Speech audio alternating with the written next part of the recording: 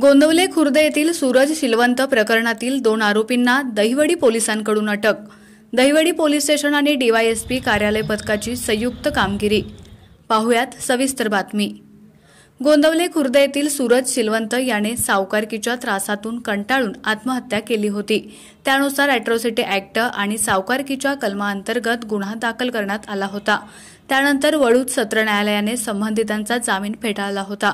या प्रकरणी जिल्हा पोलीस प्रमुख समीर शेख आणि पोलीस उपअधीक्षक अश्विनी शेंडगे यांनी दहिवडी पोलिसांना पथक नेमून संबंधित आरोपींना अटक करण्याच्या सक्त सूचना दिल्या होत्या।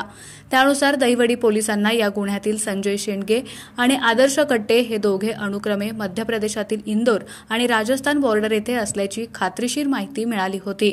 त्यानुसार दोन्ही आरोपींच्या मोबाईलच्या तांत्रिक विश्लेषणाच्या आधारे आणि खबरांमार्फत मिळालेल्या माहितीच्या आधारे त्यांना दहिवडी पोलिसांनी अटक केली आहे।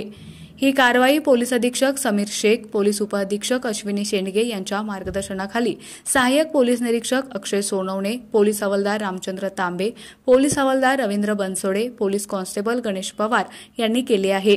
न्यूजसाठी एकनाथ वाघमोडे, दहिवडी।